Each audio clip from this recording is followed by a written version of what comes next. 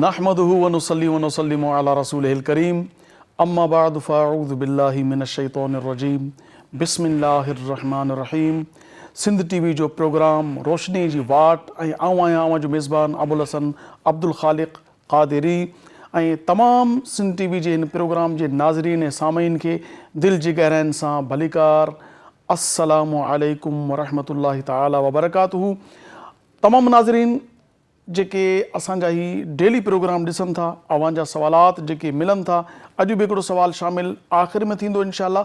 अवां ज़रूरु पूरो प्रोग्राम ॾिसो ऐं गॾोगॾु जीअं त आउं पहिरें ॾींहं खां इहो वाज़े कंदो थो अचां त सिंध टी वी जेको रोशनी जी वाट नाले सां ई प्रोग्राम शुरू कयो आहे न, सुबुह जो पिर फुटीअ जो महल आहे. इन महिल जेको ई सुबुह जो थधिड़ियूं हवाऊं ऐं जेके अवां सुबुह जी बाख फुटण वारे टाइम ते जेको प्रोग्राम हली रहियो आहे त ताज़ो ज़हन हूंदो आहे, ताज़ी सोच हूंदी आहे. जेकॾहिं तव्हां पंहिंजे बचड़नि खे तयारु करे हीउ पंहिंजो ऐं पाण बि जेकॾहिं हीउ प्रोग्राम ॾिसो त यकीन कयो तव्हांजी उहा ज़बरदस्त तरबियत थींदी, अहिड़ी बहितरीनु तरबियत थींदी जो इस्लाम बि, दुनिया बि, आख़िरत बि. ऐं तव्हांजा बचड़ा जेकॾहिं हीउ प्रोग्राम ॾिसी सुठे के मक़ाम ते पहुता त इहा बि तव्हांजी कामयाबी हूंदी. सुठी तरबियत, सुठी जेको आहे सो सोच फ़राहम करणु वालिदैन जो कमु आहे ऐं औलाद जो कमु आहे त उनखे सुठी सम्झ हासिलु कनि ऐं उन ते अमल कनि त जीअं हूंदि उन्हनि जी ज़िंदगी बहितरीनु सुठे खां बहितर खां बहितरीनु गुज़री सघे. ऐं अॼु असां औलाद जे हुकूक ते गुफ़्तगू कंदासूं. वालिदैन जा हुकूक त तव्हां ॿुधा, ॿियनि जा हुकूक बि तव्हां ॿुधा, मगर औलाद जा बि कुझु हुकूक आहिनि. उन्हनि जे मुतालिक़ दीन छा थो चवे, इस्लाम में छा रहनुमाई कई वई आहे त औलाद जा वालिदैन ते कहिड़ा हुकूक आहिनि. इन हवाले सां असां अॼोके महिमान सां गुफ़्तगू कंदासूं ऐं इनशाअल्लाह तबारक व तआला खाइनि सुठी मालूमात असांखे मिलंदी ऐं मालूमात तव्हां ॿुधो बि सही ऐं ॿियनि ताईं पहुचायो बि सही. हलंदे हलंदे आउं हिकिड़ो वरी तव्हांखे जेको अर्ज़ु कंदो हलां त असांजो जेको हीउ प्रोग्राम आहे जेकॾहिं कंहिं ॾींहुं तव्हां खां घुसी वञे, रहिजी वञे त तव्हां घबरायो न, इहो ई प्रोग्राम सेम असांजे यूट्यूब चैनल ते बि मौजूदु हूंदो आहे. जी हा, एड्रेस नोट करियो, Sindh T V HD Islamic. YouTube ते सर्च कंदो, बिल्कुलु असांजो ई पेज अवां जे आॾो ई चैनल अची वेंदो. यूट्यूब जो चैनल आहे असांजो सिंध टी वी जो. इन ते ई प्रोग्राम मौजूदु हूंदो, पूरो ॾिसो ऐं उनखां पोइ पहिरीं तिन खे सब्सक्राइब कयो, उनखां पोइ लाइक करियो, शेयर करियो ऐं गॾोगॾु इन ते पंहिंजा कमेंट्स ॾियो. जेकॾहिं कमेंट्स न को सवाल आहे अव्हां जे ज़हन में, तव्हां पंहिंजे नाले सां, पंहिंजे शहर सां सवाल लिखो. इनशाअल्लाह तबारक व तआला ईंदड़ प्रोग्राम में अव्हां जे नाले, अव्हां जे शहर सां अव्हां जो सवाल उन वक़्त जे महिमान आलिम सॻोरे खां कयो वेंदो ऐं इनशाअल्लाह तसल्ली बख़्श जवाबु अव्हां जी ख़िदमत में पेश कयो वेंदो. जेकॾहिं अव्हां यूट्यूब जा यूज़र न आहियो, फेसबुक यूज़र आहियो त फेसबुक ते बि असांजो पेज आहे Sindh T V HD official.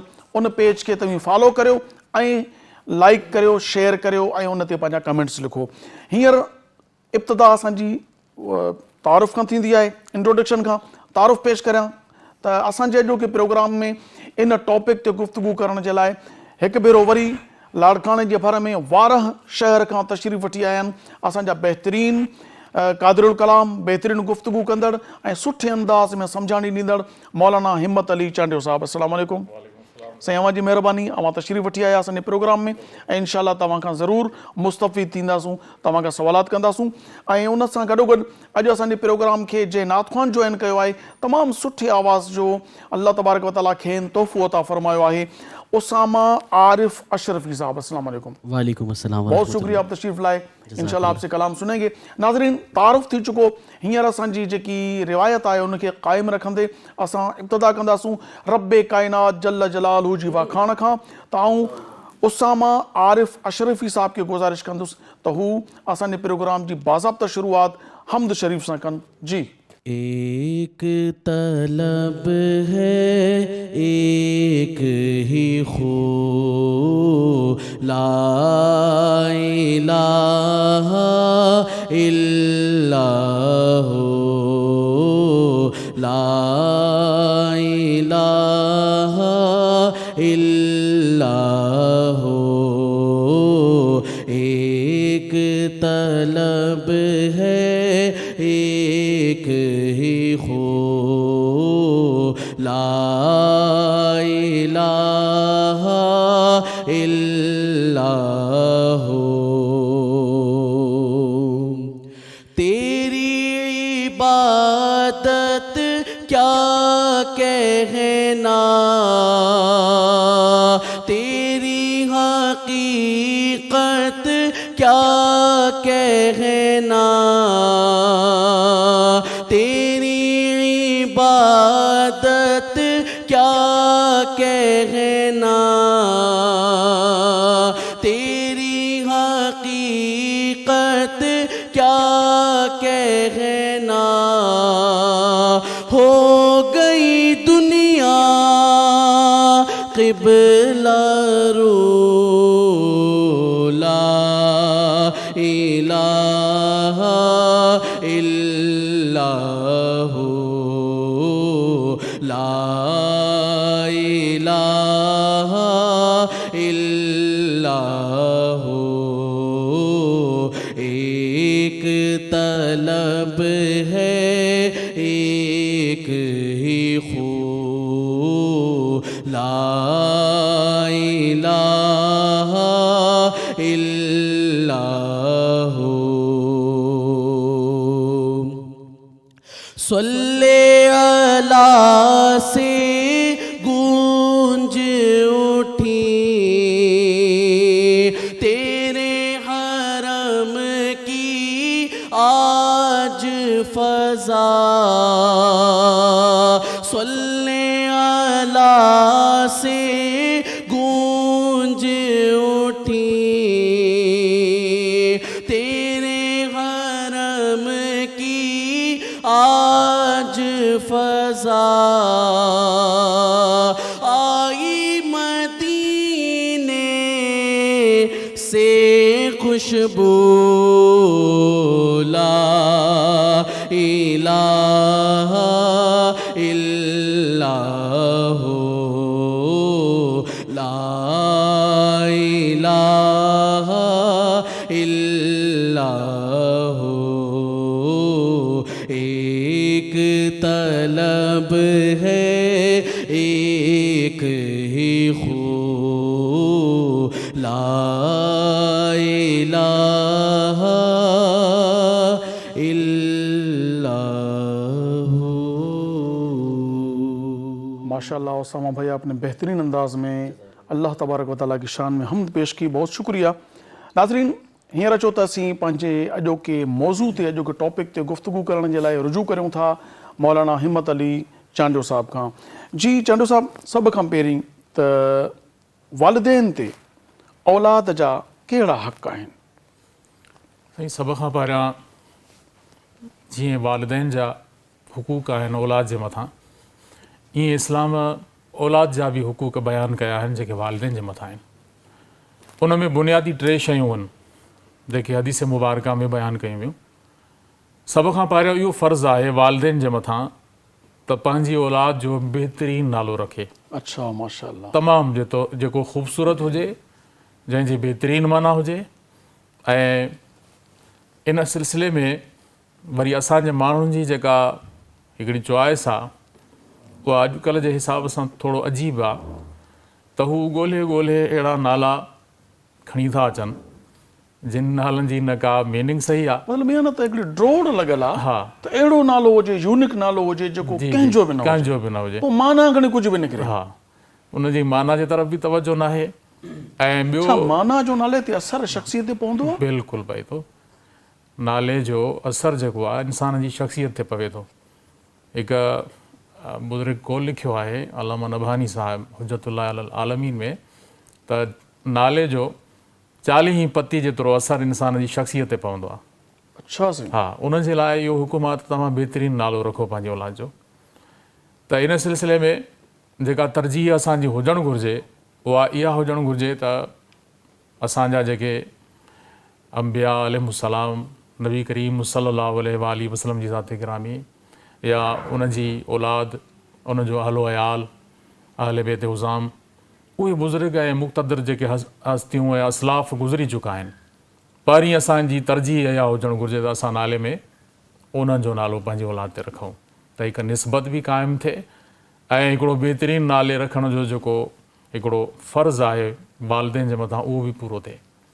ऐं ॿियो आहे वालिदैन जे मथां औलाद जो फ़र्ज़ु इहो ज़रूरी आहे त हू जॾहिं वॾो थिए त उनखे तालीम ॾिए, उनखे पढ़ाए, पोइ चाहे उहा दुनियाई तालीम हुजे या दीनी तालीम हुजे, ॿई इल्म ज़रूरी आहिनि वालिदैन जे मथां त पंहिंजी औलाद खे यानी घणी चइजे सेखारे। त दुनिया में सुठी ज़िंदगी गुज़ारण जे लाइ कंहिंजो मोहताज न थिए ऐं मुआशिरे में पुठिते पयल न रहिजी वञे ऐं गॾोगॾु पंहिंजी आख़िरत संवारण जे लाइ दीन जो इल्म बि उनखे सेखारिजे, दीनी ऐं दुनियावी ॿई उलूम ॾिजनि। ॿई इल्म यानी जेकॾहिं कोई ज़रूरी शख़्स ईअं थो करे पोइ छड़ो उनखे दीनी आलिम बणाए थो या मतिलबु दीनी उलूम ॾिए थो पियो, हाफ़िज़ क़ुरान करे थो, उनखे दुनिया जे उलूम खां बिल्कुलु नावाक़िफ़ रखे थो, त इहो बि सही इहो अमल बि न आहे। सही अमल आहे। जी औलाद जा हुक़ूक़ इस्लाम ॿिया। इन जी तहसीन नथो करे, इस्लाम इल्म जी ॻाल्हि थो करे जनरली तौर ते त तव्हां इल्मु पढ़ो पींघे खां वठी क़बर ताईं।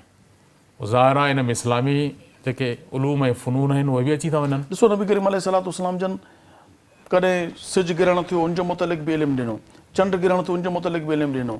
यानी ही हिकिड़ो जेको आहे त आसमानी इल्मु आहे उहो बि ॾिनो। उन सां गॾोगॾु कोई बीमार आयो त उनखे बि ॿुधायूं इहो तिब जो इल्मु आहे त तूं फ़िलाणो अमल कर त हीउ मर्ज़ ख़तमु थी वेंदो, फ़िलाणो अमल कर त हीउ अमल। हिन हुज़ूर अलैहिस्सलाम जन पाण दुनियावी उलूम खां बि अल्लाह तबारक व तआला उनखे अता फ़रमाया हा, दुनियावी उलूम बि दीनी उलूम बि। वाक़िफ़ बि हुया ऐं तरग़ीब बि ॾींदा हुआ उन्हनि इल्मनि जे मुतालिक़। ऐं टियों जेको फ़र्ज़ु आहे ज़रूरी आहे वालिदैन जे मथां उहो इहो आहे त जॾहिं उनजी औलाद बालिग़ थिए त उनजी शादी कराए, त ताकी हू अॻिते हली गुमराह न थियनि, ग़लति गुमराह रस्ते न थिए, ग़लति रस्ते ते ग़लति सोहबत में मुब्तला न थी वञे।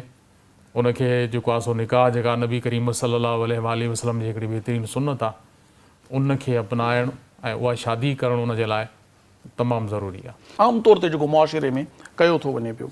औलाद जी जेका शादी आहे उन जे लाइ का उमिरि मख़सूस आहे त एतिरी उमिरि जी धीउ थिए या पुटु थिए त उनजी शादी कराई वञे, या उन जे लाइ इहो ज़रूरी आहे त जॾहिं जेका ज़िमेदारी सौंपी थी वञे यानी उनखे घर हवाले कयो थो वञे, हिकु नओं ख़ानदान जोड़ण जी रिथ रिथी थी वञे, त उन घर खे हलाइण जी सलाहियत बि त हुजे न। त उन नियाणी खे उन पुट खे जेकॾहिं उनमें सलाहियत ई कोन्हे, न उनजी इनकम जेको ज़रिया आहे आमदनी आहे, न नियाणी खे घर हलाइण जेको तौरु तरीक़ो आहे, बसि उहो हिकिड़ो रस्म अदा करे छॾे थो ॾिनो वञे, पोइ जंहिं कंहिंखे तरणु कोन अचे उनखे दरिया में उछलायो वञे त हू छा ज़ाहिर आहे या ॿुॾी मरंदो, ख़ात्मो थी वेंदो, या जानवर खाई वेंदा उनखे। त छा इस्लाम इन जे मुतालिक़ छा थो फ़रमाए त का उमिरि मख़सूस आहे या उन जी उहा तालीम ऐं तरबियत करे पोइ निकाह कराइजे? रहनुमाई फ़रमायो। इस्लाम में छा आहे त बलूगत जेका आहे निकाह जे लाइ अवलिन शर्त आहे त मर्द ऐं औरत ॿई जॾहिं बालिग़ थी वञनि, आकिल बालिग़ थी वञनि, यानी नेचुरल हिकिड़ी जेकी आहे जॾहिं इन ज़िमेदारी खे सम्झनि।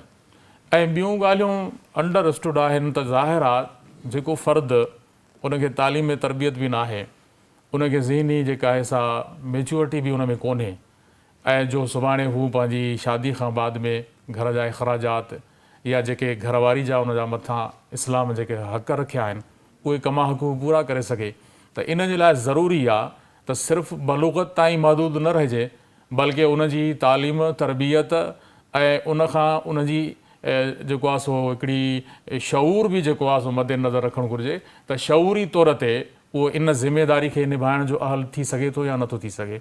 सो इन जे लाइ ज़रूरी आहे त हिन शइ खे बि अहमियत ॾिनी वञे ऐं इस्लाम इन खां मना नथो करे, बल्कि इस्लाम इहा शइ वक़्तु हालतुनि ऐं दौर जे मथां छॾी आहे त वक़्तु ऐं हालतूं जंहिं नोयत जूं हुजनि त उन हिसाब सां माण्हू ॾिसो जॾहिं मामले खे कंहिं जो हक़ थिए थो न उहो अदा करण में कोताही गुनाह थी वेंदी। यानी जेकॾहिं का नियाणी शादी करे थी या को छोकिरो शादी करे थो त उनखे कुझु वक़्त खां पोइ अलाह ताला चाहियो त औलाद थी वेंदी। हाणे औलाद जा हक़ बि हिन जे मथां लाज़िम थी विया। जे हक़नि में कोताही कंदा त इहो बि गुनाह थी वियो, यानी तव्हां ॼाणे वाणे उनखे हिकिड़े गुनाह जे रस्ते ते विझी छॾियो, तव्हां उनजी तरबियत कोन कई। हाणे हक़ हलाल कमाइणो आहे, हराम न आहे कमाइणो, त हराम हलाल कमाइण जो ज़रियो या त ॾिनो वञे या उनखे हुनुर ॾिनो वञे त हू पंहिंजे कम अज़ कम जेको ख़ानदान जो सरबराह कयो थो वञे त उनखे ओतिरो त हुजे जो हू पंहिंजे घर खे हलाए सघे, या इहो हुजे त बसि पंहिंजे वालिदैन सॼी उमिरि उनखे पालींदा रहंदा। हीउ जेको आहे सो न शादी खां बाद में हू पाण ज़िमेदार आहे पंहिंजी कफ़ालत जो, पंहिंजी घर जी घरवारी जी कफ़ालत जो, इवन पंहिंजे ॿियनि आलो अयाल रिश्तेदारनि वालिदैन जी बि सपोर्ट करण जे लाइ उनजे मथां ज़िमेदारी आहे थिए थी। छो त जॾहिं हू वॾो थी वियो ऐं हाणे हुन शादी कई निकाह खां बाद में हिकिड़ो नओं ख़ानदान जेको आहे सो वजूद थो वठे त ज़ाहिर आहे उन में उहा क्वालिटी ऐं अहलियत त हुजे न जंहिं बुनियाद ते हू उन फ़राइज़नि खे सरअंजाम ॾिए ऐं घरवारी बि सम्झे त हीउ मुंहिंजो वर आहे ऐं उन जी सिर्फ़ु इहा हिकिड़ी हैसियत न आहे त उहा हिकिड़े फ़र्द जी ज़ाल आहे पर उहा पंहिंजे जेको आहे सो वॾड़नि जी नूंहं बि आहे ससु सहुरे जी ऐं घर वारनि जी हिकिड़ी वॾड़ी बि आहे। गुफ़्तगू कंटिन्यू करियूं था, वक़्तु थियो आहे हिकु ब्रेक जो, हितां ई गुफ़्तगू इंशाअल्लाह शुरू कंदासीं। नाज़रीन हींअर असां वटि वक़्तु थियो आहे साहीअ जो, नंढड़ी साई वठूं था। अवां ॾिसंदा रहो सिंध टीवी जो प्रोग्राम रोशनी जी वाट। इजो था वापसि वरूं।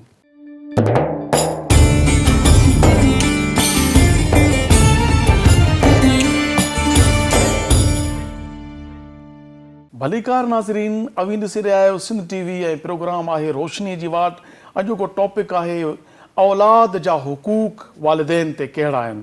इन मुतलिक़ असां पंहिंजे सिंध सुहारी सिंध जे हिकु भले आलिम दीन खां सवालात करे रहिया आहियूं ऐं यकीनन तव्हां महसूसु थियो पिया, अव्हांखे मज़ो बि अचे पियो ऐं गुफ़्तगू खे अलामा साहिब उतां ई कंटिन्यू करियूं था त जॾहिं उहा नियाणी पढ़ण जी घर में अचे थी पई, हिकु त उनखे घरदारी जे मामलात जी पूरी ख़बर हुअणु घुरिजे ऐं इहो लाज़िम थिए थो उन जी वालदा ते, उन जे वालिद ते त उन कहिड़ी तरबियत कई आहे पंहिंजी नियाणी जी ऐं उन खां पोइ पुट जी बि। इन मुतालिक़ अॻिते तव्हां इरशाद फरमायो पिया। जी, इन जे मुतालिक़ ज़रूरी आहे त उन्हनि ॿिन्ही खे इन शइ जो शऊर हुजे त असांजो ही नओं ख़ानदान जोड़ियो आहे, जेको मुड़ुसु आहे उनजो ख़ावंद आहे, उन जा कहिड़ा फ़राइज़ आहिनि त पंहिंजे घरवारी खे कीअं ट्रीट करे ऐं हू जेका उनजी घरवारी आहे उहा सॼे घर खे कीअं थी मेंटेन करे, पंहिंजे मुड़ुस सां उनजो रवैयो कहिड़ो आहे। असां वटि छा थो थिए ख़ुसूसन ॿाराड़ियुनि में, शादी खे माण्हू हिकिड़े गुॾे गुॾी जो खेल सम्झो आहे त बाबा जीअं गुॾी खे गुॾे सां परणाइणो आहे, बसि ईअं ई छोकिरी थोरो वॾी थी, न उन में तरबियत आहे, न उनखे हुनुरु आहे, न उन जी का उन लेवल जी का तरबियत थियल आहे, न उनखे को एतिरो शऊर आहे त उहा घर धयाणी थी सघे, जेका असांजे सिंधी में घर धयाणी जेका उहा पंहिंजे घर खे मेंटेन करे संभाले। त इन सिलसिले में वॾी लापरवाही जो मुज़ाहिरो कयो थो वञे ऐं इहो इन जे करे थो थिए जो असां इस्लामी तालीमात खां दूरि रहूं। इस्लामी तालीमात बि कम हक़ु असांजे समाज में, असांजे ख़ानदानी सिस्टम में मौजूदु न आहे, जंहिंजे बुनियाद ते न छोकिरी जी उहा तरबियत थी थिए, न छोकिरे जी उहा तरबियत थी थिए। अलामा साहिब हिकिड़ो ॿियो सुवालु आहे त जेकॾहिं असां में हिकिड़ी शइ ॾिठी वई आहे आम तौर ते शहरनि में, ॿाराड़ी में बि आहे त ॿारड़ा जेकॾहिं रांदि कनि था, वालिद साहिब जे धंधे खां मोटियो या कंहिं कचहरी खां, कंहिं होटल खां पाण ईंदो, कंहिं होटल खां पाण ईंदो, कंहिं बाज़ार में यारनि दोस्तनि सां कचहरियूं करे, जॾहिं मोटंदो औलाद खे किथे बि खेॾंदो ॾिसंदो हिकदमि रड़कंदो, अञा हिते ॿार वेठो आहे, हल घर। छा इहो अमल वालिदैन जो सही आहे त औलाद खे रांदि रूंद जी इजाज़त न ॾिनी वञे ऐं जल्दी उनखे घर मोटायो वञे, जिते बीठो हुजे उनखे मोटाइजे, या औलाद खे रांदि रूंद करण जी इस्लाम में तरग़ीब ॾियारी वई आहे? इन जे मुतलिक़ इस्लाम छा थो चए? बिल्कुलु, इस्लाम जेको आहे इंसान जी सिहत जे हवाले सां ऐं ज़हनी जेका ॿार जी निशोनुमा थिए थी, उन में रांदि जो तमामु घणो अमल दख़ल आहे।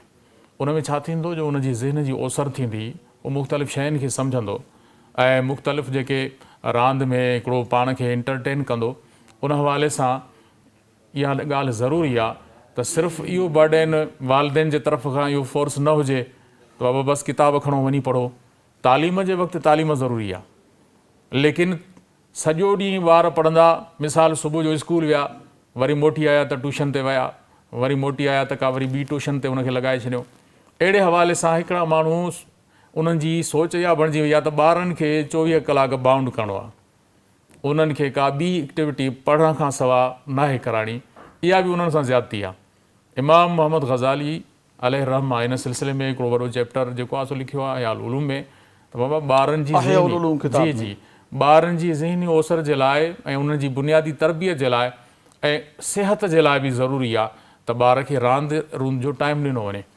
ख़ुदि नबी करीम सल्लल्लाहु अलैहि वसल्लम जे हयात तय्यबा मां इहे मिसाल मौजूदु आहिनि त पाण पंहिंजी यानी कि ज़िंदगी में पाण बि रांदि रूंद जा काफ़ी इमाम हुसैन खे जॾहिं कुश्ती विड़ायो, मल विड़ायो, त पाण इमाम हसन मुश्तबा जो पासो वठनि पिया, इमाम हुसैन जो ऐं इमाम हसन जो पासो जेको आहे सो पोइ अम्मा फातिमा तो ज़हरा अर्ज़ु करे थी बाबा साईं तव्हां रुॻो हिकिड़े जो पासो था वठो, फरमायूं त ॿिए पासे ॾांहुं त जिबरील अमीन हुनखे थो सेखारे पियो त हीअं कर हेॾां मां हिन जो पासो थो वठां। त पाण इमाम हसन इमाम हुसैन खे मल वड़ाई अथऊं, जंहिंखे कुश्ती बि चऊं रेसलिंग, त उहा कराई अथऊं। त इन मां साबित थो थिए त ॿारनि खे रांदि रूंद उहा मुसलसल रांदि बि न हुजे। हा, मुसलसल बि न हुजे, उनजो हिकिड़ो टाइम हुजे, हिकिड़ो महदूद टाइम हुजे, उन्हनि खे रिलैक्स ॾिजे त बाबा बल्कि इन मां इन रिवायत मां इन हदीस मां त साबित थियो न रुॻो उनखे रांदि जी इजाज़त ॾिजे पर उनखे रांदि कराइजे। बिल्कुलु पाण बीही करे नबी करीम अलैहिस्सलातु वस्सलाम पंहिंजे नवासनि पंहिंजे ॾोटनि खे पाण मल विड़ाई आहे। बिल्कुलु साईं, उहे त नंढड़ा हुया लेकिन साईं जन पंहिंजे अज़वाज मुतहरात मां हिकिड़ी घरवारी सां डोड़ बि लॻाई। हिकिड़े दफ़े साईं जन उन साइण सां डोड़ लॻाई। वरी ॿियो मरतबो बि जॾहिं थोरो उहा पंहिंजे जिस्म में थोरो भारी भर थी त साईं जन वरी ॿीहर बि उन सां डोड़ लॻाई ऐं उन मौक़े ते नबी करीम सल्लल्लाहु अलैहि वसल्लम पंहिंजी उन घरवारी खां गोई खणी विया, माना अॻ में टक ते पहुची विया। त नबी करीम सल्लल्लाहु अलैहि वसल्लम फरमाई, उहो पलांदा उहो अॻी जेको असां डोड़ कईसीं उनजो। त साईं जन जी ज़िंदगी मां अहिड़ा मिसाल हुज़ूर करीम अलैहिस्सलातु वस्सलाम पंहिंजी घरवारनि सां बि रांदि रूंद कई आहे। जी बिल्कुलु, इन रांदि रूंद इंसान जी ज़िंदगी में एॾी अहमियत रखे थो पियो, बिल्कुलु जिन्स छो त हिकिड़ी रांदि उहा आहे जेका गेमनि में आहे, टोटल जेको आहे तव्हांजे कंप्यूटर में, लैपटॉप में, मोबाइल में, इहा रांदि रूंद या जेकी जिस्मानी वर्ज़िश ते मबनी हुजे। बिल्कुलु, जिस्मानी जेका वर्ज़िश ते मबनी आहे न, उहा वधीक असराइती आहे ज़हन जी ओसर जे लाइ। तव्हांखे जिस्म खे तवानाई ऐं सिहतमंद बणाइण जे लाइ उहा एक्टिविटी तमामु ज़रूरी आहे। मतिलबु तालीम जो बि वक़्तु हुजे, बिल्कुलु, ऐं रांदि रूंद जो बि वक़्तु हुजे। हर शइ ईअं जो खणी वक़्तु चइजे त ॿारनि खे नंढपिण खां ई हिकिड़ो शेड्यूल्ड लाइफ गुज़ारण जे लाइ तरबियत ॾिनी वञे त बाबा हर शइ वक़्त ते आहे। सुबुह जो उथण सां ई उन्हनि खे सुठे अख़लाक़ सेखारण जे लाइ छा छा करणु घुरिजे। नमाज़ आहे, तिलावत आहे, ज़िक्र आहे, उनखां पोइ स्कूल आहे, मदरसो आहे, जामिया आहे, उनखां पोइ मोटी अचनि त वरी क़ैलूल आहे, किलूला खां पोइ उथनि त पोइ वरी रांदि रूंद आहे, उनखां पोइ वरी शाम जी ट्यूशन वग़ैरह। इहा शेड्यूल्ड लाइफ हुजे या ॿारनि खे उनजी मर्ज़ी थी छॾे ॾिजे त जॾहिं उनखे जेका शइ वणे। न साईं, दुनियावी ज़िंदगी में इस्लाम असांखे हिकिड़ी मुनज़िम ज़िंदगी गुज़ारण जो सलीक़ो सेखारे थो। हिकु डिसिप्लिनेड ज़िंदगी हुजे ऐं उन में ज़ाहिर आहे त ॿार आहे उनजा बि हक़ आहिनि, वॾो आहे त उनजा बि हक़ आहिनि, उनजा बि हुक़ूक़ आहिनि। त ॻाल्हि ॿारनि जे हक़नि जी थिए थी पई त ॿारु ज़ाहिर आहे हिकिड़ो पढ़े थो, सुबुह खां वठी करे जेकॾहिं 1-2 बजे ताईं स्कूल मां थी आयो, वरी अचे हुन मानी खाधी, वरी उनखे ट्यूशन जे लाइ मोकिलियो थो वञे, वरी मोटी थो अचे 3 धारा, त हाणे इहो उनजो हक़ु आहे त उनजे ज़हन खे फ्रेश करण जे लाइ उनखे इहे सिहतमंद एक्टिविटीज़ में उनखे इजाज़त ॾिजे त उहो रांदि रूंद करे। इन सिलसिले में इस्लाम जेको आहे सो इन शइ खां नथो रोके असांखे। मतिलबु अॼु जे दौर में वालिदैन जी जेकी सही तरबियत खां लापरवाही आहे, इन जो कारण छा आहे? अक्सर ॾिठो थो वञे पियो न त औलाद मतिलबु चवणु घुरिजे या न चवणु घुरिजे, मां चवां इन जे करे थो तव्हांखे ॾिसो न, हीअ असांजो प्रोग्राम आहे ई टोटल तरबियत ते मबनी। सो जेकॾहिं कंहिं वालिदैन खे मुंहिंजी ॻाल्हि बुरी लॻे त मां पेशगी माज़रत थो चाहियां पियो। अॼुकल्ह जी तादाद अथव हिकु औलाद जी जेका वालिदैन खां बेज़ार आहिनि। इन जा बुनियादी सही सबब आहिनि। हिकिड़ो सबबु त माशी सबबु आहे। जेके ग़रीब माण्हू आहिनि सॼो ॾींहुं पंहिंजे रोज़गार जे सिलसिले में, पंहिंजे दुकाननि ते, पंहिंजे महिनत में, मज़दूरी में, पोइ उहो ॿार जी तरबियत खे कमा हक़ू टाइम नथा ॾेई सघनि। हिकिड़ो त जेको आहे सो माण्हुनि जो अहिड़ो हिकिड़ो मक़सदु आहे त ग्रुप आहे, पर कुझु माण्हू अहिड़ा आहिनि जेके एजुकेटेड बि आहिनि, हाई फाई फैमिली सां उन्हनि जो तालुक़ु आहे, उहे वरी छा था कनि जो उहे वरी इन खां मुकमल तौर ते इन्हनि शयुनि खे नज़रअंदाज़ था कनि। सॼो ॾींहुं पंहिंजी बिज़ी लाइफ में मसरूफ़ आहिनि, ऑफिस विया वरी मोटी आया, ॿारनि ते तवजो न थियो, ॿार जेके आहिनि से वालदा बि उन्हनि खे नज़रअंदाज़ करे छॾे थी, जेका आया आहे या मासी आहे उनजे हवाले ॿार आहिनि। पोइ ज़ाहिर आहे ॿारु जेको सिखंदो आहे, ॿार जी जेका बुनियादी जेका तरबियत गाह आहे, उहो पीउ माउ जो जेको हंज आहे, गोद आहे, उहा आहे। जेकॾहिं उहो तव्हां पंहिंजे ॿार खे पाण सां मानूस न कंदव त जेकॾहिं तव्हांखे जेके पंहिंजे वालिदैन खां जेके उसूल, आदर्श ऐं जेका तरबियत मिलियल आहे, उहा जेकॾहिं तव्हां वरी पंहिंजे औलाद जे तरफ़ मुंतक़िल न कंदव त ज़ाहिर आहे पोइ सुभाणे तव्हांजी उहा औलाद नाफ़रमान बि थी सघे थी। सुभाणे उहा औलाद तव्हांखे उन नमूने सां ट्रीट ई न कंदी।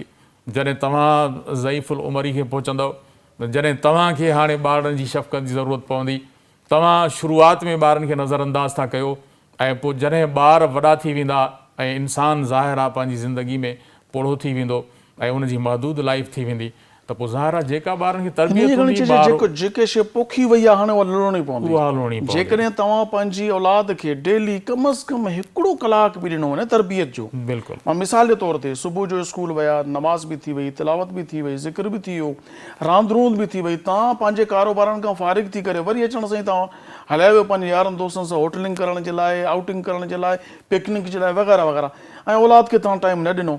पर को अहिड़ो शख़्स आहे जेको चए थो न हिकिड़ो कलाक मुंहिंजो औलाद जे लाइ ड्यू आहे, सॼी औलाद खे सॼे कुटुंब खे विहारे उन्हनि जे साम्हूं उन्हनि जी तरबियत जे लाइ बुरायूं जेके बि आहिनि उन्हनि जी मज़म्मत कजे, निंदा कजे, त कंहिंजी गिला न करणु घुरिजे, ग़ीबत न करणु घुरिजे, घर बर्बादु न करणु घुरिजनि, कंहिंसां नफ़रत न रखणु घुरिजे, दिलि में कीनो न हुअणु घुरिजे, पाड़ेसिरनि सां हुस्न सलूक करणु घुरिजे, माउ पीउ सां ऐं घर जे माहौल में तूं तड़ाक न हुजे, अवां करे ॻाल्हाइजे, जीव कजे को सॾु करे, ऐं जेकॾहिं को पाणी घुरे थो त उनखे पाणी पेश कजे, पंहिंजा कमु पाण। इहा सॼी तरबियत जेका आहे त रोज़ानो हिकु मख़सूस वक़्तु तव्हांजी नज़र में उहो वक़्तु कहिड़ो हुजणु घुरिजे ऐं कहिड़े वक़्त ते असरु थींदो ऐं कहिड़े वक़्त ते इहा शइ असर अंदाज़ न थींदी। इन जे लाइ ज़रूरी आहे इस्लामी जेका तालीम आहे, क़ुर पाक जी तरबियत आहे, उहा ॿार खे ॾियणु मस्ट आहे, ज़रूरी आहे। असां वटि इन शइ खां लापरवाही कई थी वञे। सिलसिलो ईअं आहे त ॿार खे सिर्फ़ु ऐं सिर्फ़ु इहो ज़हन थो ॾिनो वञे त भाउ तोखे डॉक्टर थियणो आहे, इंजीनियर थियणो आहे, प्रोफेसर थियणो आहे। इस्लाम इन खां नथो रोके, पर असुलु ॻाल्हि इहा आहे त उनखे फर्मा बरदार पुट जो बि मक़ाम ॾियणो आहे न, उनखे फर्मा बरदार बापरदार धीउ बि त बणाइणो आहे न। उहा शइ कीअं थींदी जॾहिं उनखे इस्लामी तालीम ॾिबी, उनखे आदाब सेखारिया वेंदा, उनखे इस्लामी जेका आदाबनि जी जेका तालीमात आहे उहा उनखे मुहैया करे ॾिनी वेंदी, उहो उनखे माहौल जेको आहे सो ॾिनो वेंदो, तॾहिं ॿारु जेको आहे सो पंहिंजे वालिदेन जे लाइ बि फर्मा बरदार थी सघंदो ऐं मुआशिरे में सुठनि अख़लाक़नि ऐं आदाबनि जो बि तॾहिं जेको आहे सो हामिल थी सघंदो। इन जे लाइ ज़रूरी आहे मौजूदा दौर जे तक़ाज़ाउनि जे लिहाज़ तक़ाज़ाऊं जेके न मौजूदा दौर जूं, अॻे जेको दौर हो सुवारी जानवरनि जी हुई, घर कचा हुआ ऐं तरक़ी याफ़्ता दौर न हो, साइंस एॾी तरक़ी न कई हुई। अॻे जेके इलाज हुआ उहे फीणनि सां या जेके आहिनि सो उहे मख़सूस कुझु शयूं हूंदियूं उन्हनि सां। हाणे डिजिटल दौर आहे, साइंस जो दौर आहे, टेक्नोलॉजी जो दौर आहे। इन दौर जे तक़ाज़ाउनि खे मद्देनज़र रखंदे औलाद जी तरबियत कहिड़े उसूलनि तहत कई वञे? इन जे लाइ साईं मूंखे हज़रत सैयदना अली मुर्तज़ा करम अल्लाह ताला वजहुल करीम जो हिकिड़ो कौल यादि थो अचे। साईं फरमाए त तव्हां जेका तालीम हासिलु कई आहे न, पंहिंजी औलाद खे उहा तालीम न ॾियारायो, बल्कि पंहिंजी औलाद खे एडवांस जेका नई तालीम आहे, जेका जदीद दौर जी तक़ाज़ा आहे, उहा तालीम तव्हां पंहिंजी औलाद खे ॾियो। छो त जेका तालीम तव्हां पिराई उन तालीम जी वैल्यू या अहमियत तव्हांजे दौर में हुई। अॼु जो दौर जेको आहे साइंस टेक्नोलॉजी जो दौर आहे, जदीद दौर आहे। इन सिलसिले में ज़ाहिर आहे जेके जदीद उलूम ऐं फ़नून आहिनि, जेकॾहिं असां पंहिंजी औलाद खे उहे न सेखारींदासीं त उहे सुभाणे हिन मुआशिरे जा हिकिड़ा मुआशिरे खे नवनि बुनियादनि ते खणी हलण वारा फ़र्द कीअं साबित थींदा। उन जे लाइ ज़रूरी आहे त जेके जदीद दौर जा जेके उलूम ऐं फ़नून आहिनि, साइंस आहे, टेक्नोलॉजी आहे, मेडिकल साइंस आहे, तिब आहे ऐं ॿी रिसर्च आहे, ॿिया जेके नवां नवां उलूम ऐं फ़नून जेके हाणे जेके हिन से आया आहिनि ऐं उन जूं सहूलियतूं बि हिन वक़्त में अॼु जे दौर में आहिनि, त ॿार खे उहे शइ सेखारिजे। जेकॾहिं को दर्ज़ी आहे त हू चाहींदो त मुंहिंजो हलंदड़ दुकानु आहे, मुंहिंजो औलाद बि दर्ज़ी थिए। इहो कमु जितां मां छॾियां थो उतां ई शुरूआति थी। ड्रखण वाढो आहे त उहो चए थो त मुंहिंजी औलाद ड्रखण ई थिए ऐं इतां ई सिलसिलो ईअं ई हलंदो रहे जेको असां अॿनि ॾाॾनि खां वठी हलंदो आयो आहे। ईअं ई जेके जेके धंधा आहिनि, खटरी आहे त औलाद खे खटरी बणाइणु थो चाहे पियो, त इहा शइ ईअं तरतीब क़ाइमु रखिजे थी। ख़ानदानी ड्रखण, ख़ानदानी कोरी, हीअ ख़ानदानी ड्रखण या हीअ ख़ानदानी मोची या ख़ानदानी हजम आहिनि। या अॼु जे दौर में जेको एॾी एडवांस्ड IT जेके इंफॉर्मेशन टेक्नोलॉजी एॾी तरक़ी कई आहे, जदीद तिब जा उसूल आहिनि, इंजीनियरिंग आहे, दुनिया त हींअर जेको आहे सो उहा वॾे वॾे ॿियनि सयारनि ॾांहुं बिल्कुलु वञणु, मरीख़ ते वञण जी तयारियुनि में लॻी पई आहे, चंड ते वञी करे पहुता। असां पंहिंजी उन तर्ज़ कोहन पियाड़ना, कीअं इक़बाल साहब जो शेर आहे, तहज़ीब नौ से डरना तर्ज़ कोन पे अड़ना, मंज़िल यही कठिन है क़ौमों की ज़िंदगी में। इन बाबति तव्हां छा चवणु चाहींदो? हिन में सही दरअसल ॻाल्हि इहा आहे त असां वटि थोरो जेको रियासत जो किरदारु आहे न उहो असांजे समाज में न रहियो आहे। तालीम खे मक़सदु आहे त सस्तो ऐं आम करणु, ऐं तालीम जेका आहे सा हर घर ऐं हर इन खे जेको ग़रीब आहे मिसकीन आहे उन जे बचिड़े खे बि तालीम जे ज़ेवर सां आरास्ता करणु बुनियादी तौर ते रियासत जी डबल ज़िमेवारी स्टैंडर्ड आहे। आहे। उहा शइ न आहे, ग़रीब जे लाइ तालीमी इदारा ॿिया आहिनि, हाणे जॾहिं उहा शइ अमीर न जे लाइ। रही आहे असांजे समाज में न त पोइ इहे माण्हू थोरो मक़सदु आहे त मायूस था थियनि। हो था चवनि त हीउ छोकिरो असांजो पढ़ी न सघंदो, हिनखे मौक़ा कोन मिलंदा। हिन अहिड़े समाज में जिथे रुॻो करप्शन आहे, जिते मार्कूं बि जॾहिं असांखे पैसनि ते वठणियूं पवनि, ग्रेड बि जॾहिं पैसनि ते वठिणो पए, नौकिरी बि पैसनि ते ख़रीद करणी पए, त पोइ हू सम्झनि था त हे जेकॾहिं धंधो कंदो त कम से कम बुख त न मरंदो न। हुननि जो ज़हन वरी इहो आहे, उन बुनियाद ते हू पंहिंजी औलाद खे उहो हुनुर सेखारणु चाहिनि था। पर वक़्त दौर जूं तक़ाज़ाऊं जेके आहिनि उन्हनि खे मद्देनज़र रखे करे असांखे पंहिंजी औलाद खे उहा तालीम ॾियारणु। माशाअल्लाह साहब, सुठी गुफ़्तगू हली रही आहे। नाज़रीन, वक़्तु थियो आहे हिकु नंढड़ी साहीअ जो। असीं जो था वापसि वरूं, मां ॾिसंदा रहो सिंध टीवी प्रोग्राम आहे रोशनी जी वाट, बसि चंद लम्हनि जी विथी आहे। अवां वञिजो न, पूरो प्रोग्राम ॾिसी वञो, छो त आख़िर में अव्हांजा जेके सवालात आयल आहिनि उहे बि कया वेंदा ऐं आख़िर में नात बि ॿुधंदासूं ऐं गुफ़्तगू जो बि कुझु हिसो अञा रहियल आहे। ॾिसंदा रहो सिंध टीवी।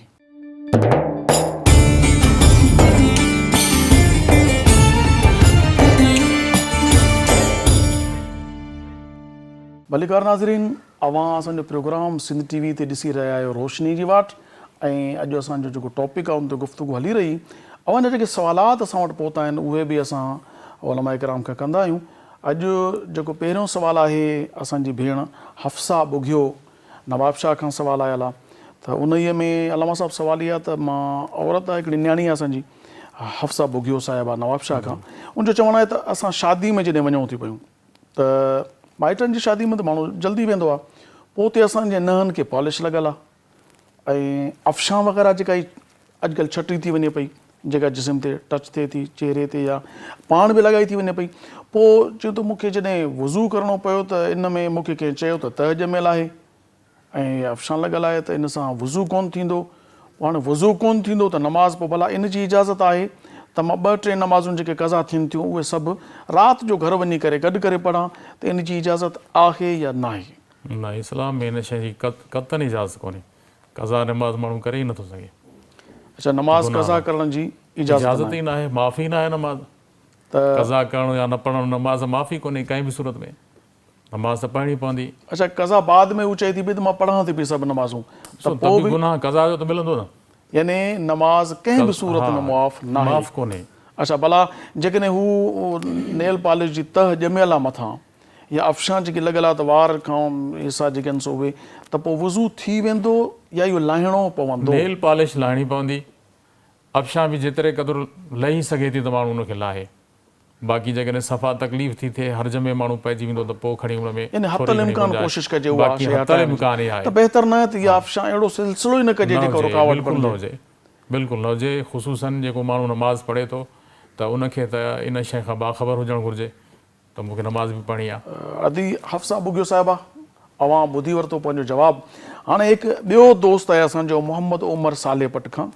सवालु हुनजो इहो आहे त सिगरेट पीअण सां या कचो बसर खाइण सां या कचो अंडो या अंडो यानी हाफ फ्राई थियल आहे या का बि अहिड़ी शइ खाधी आहे जंहिंसां वात में अॼुकल्ह जीअं पान पराग वग़ैरह थिए थो, उहो खाई करे नमाज़ जो टाइम थी वियो आहे, मां नमाज़ में शामिलु थियां, जमात सां नमाज़ पढ़ां, त पोइ उहा नमाज़ मुंहिंजी थी वेंदी? कंहिं चयो आहे त नमाज़ न थींदी, छो त असां वटि मुफ़्त जा मुफ़्ती घणा वधी विया आहिनि। छो त जंहिंखे का बि ख़बर न आहे, जंहिंखे न कपिड़ो सिबणु थो अचे, न कपिड़ो टेबल ठाहिणु थो अचे, न कुर्सी ठाहिण थी अचे, उनखे फ़तवा ॾियणु अचे थी। जंहिंखे पूरा कपिड़ा पाइण बि नथा अचनि, जंहिंखे वज़ू करण बि नथो अचे, उनखे छा अचे थो, उनखे फ़तवा ॾियणु अचे थी। माज़रत सां अॼुकल्ह जे दौर जी जेकी हालत लॻी पई आहे न, उनखे ॿियो कुझु बि न ईंदो, उनखे सूरह फातिहा बि पढ़णु न ईंदी, पर उनखे छा ईंदो, उनखे फ़तवा ॾियणु ज़रूरु ईंदी। त हू चए थो पियो त मुंहिंजे वात में बदबू हुई, मां नमाज़ पढ़ी, मुंहिंजे घर में जेको बीठो हुन चयो त छा आहे तुंहिंजी नमाज़ न थी आहे, वञ करे नमाज़ ॿीहर पढ़। आया की इहा ॻाल्हि हुन जेका फ़तवा ॾिनी मुफ़्ती साहिबु जेको नमाज़ पढ़ी रहियो हो, मुफ़्ती त न हो, मतिलबु मां हिकिड़ो ॻाल्हि कयां थो पियो जेका तव्हां सम्झी विया हूंदो, त मुफ़्त जो मुफ़्ती उहो न मुफ़्ती त उहो जेको दारुल इफ्ता खां उनखे सनद मिलियल हुजे, तख़सुस फ़िक़्ह थियल हुजे त उहो ई फ़तवा ॾियण जो हक़दार आहे, बाक़ी ॿिए खे त इजाज़त न आहे।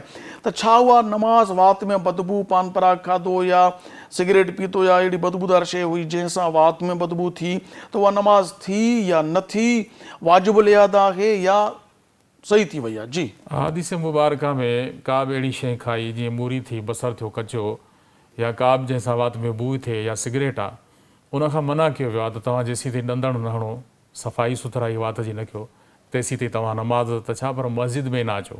अच्छा, मस्जिद में बि मस्जिद में बि तेसीं दाख़िला जी इजाज़त न आहे, छो त इन सां फ़रिश्तनि खे बि तकलीफ़ थींदी ऐं प्लस में जेका ॿी जमात आहे माण्हू आहिनि उन्हनि खे बि तकलीफ़ थींदी। त इहा शइ माण्हू साफ़ु करे।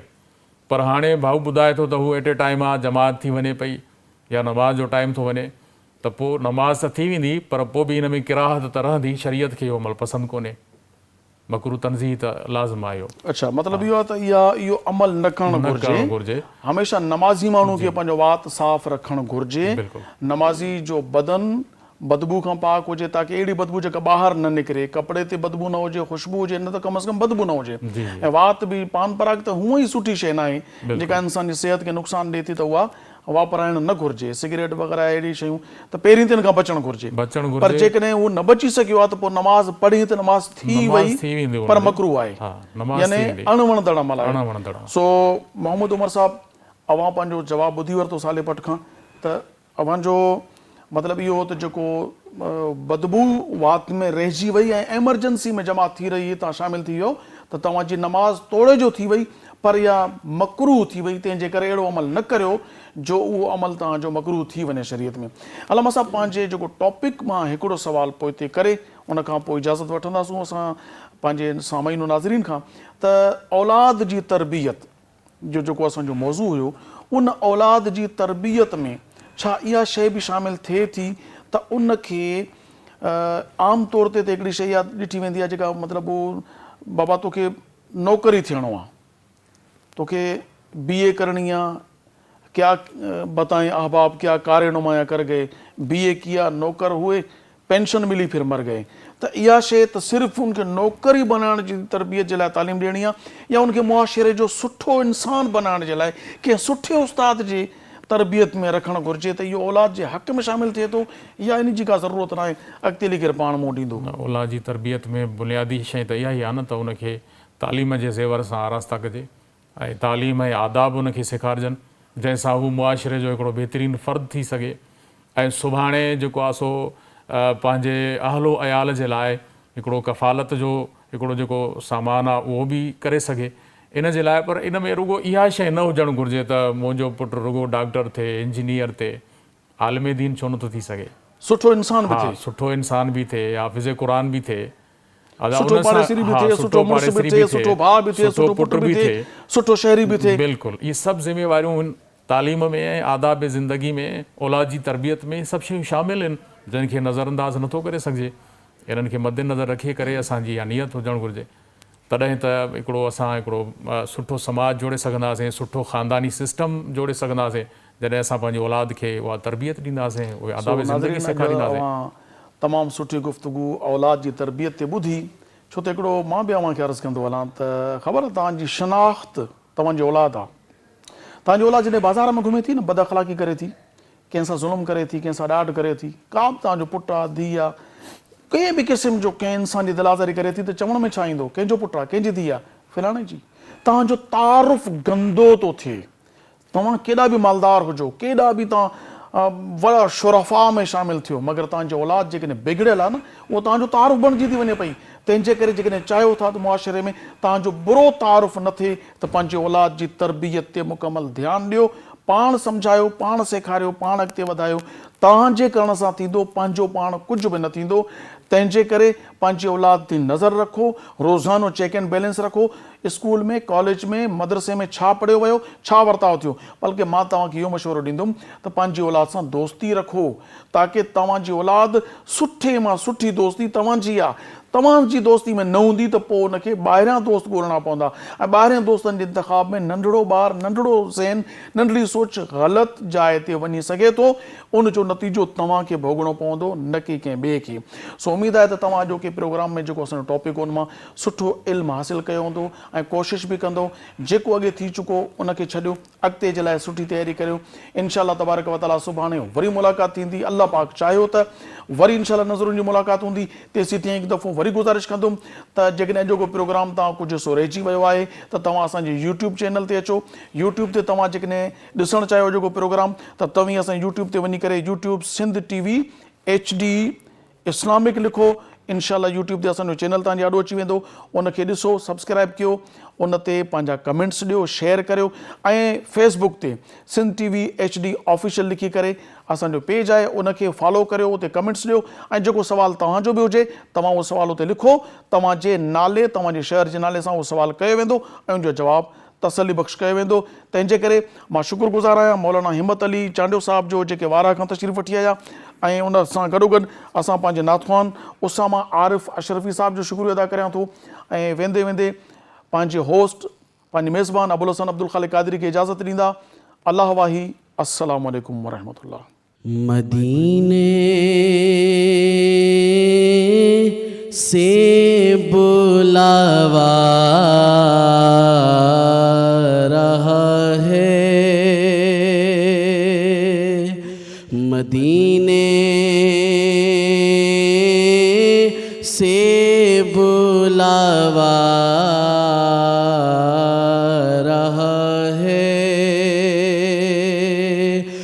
मदीने से बुलावा रहा है, मेरा दिल मुझसे पहले जा रहा है, मेरा दिल मुझसे पहले जा रहा है, यहाँ मर्ज़ी नहीं चलती किसी की, यहाँ मर्ज़ी नहीं चलती किसी की, मदीने वाला ही बुलवा रहा है, मदीने वाला ही बुलवा रहा है, ये चक्की सैयदा की चल रही है, ये चक्की सैयदा की चल रही है, ज़माना जितना लंगर खा रहा है, ज़माना जितना लंगर खा रहा है, बुलाएंगे तुझे भी सरवरे दीन, बुलाएंगे तुझे भी सरवरे दीन,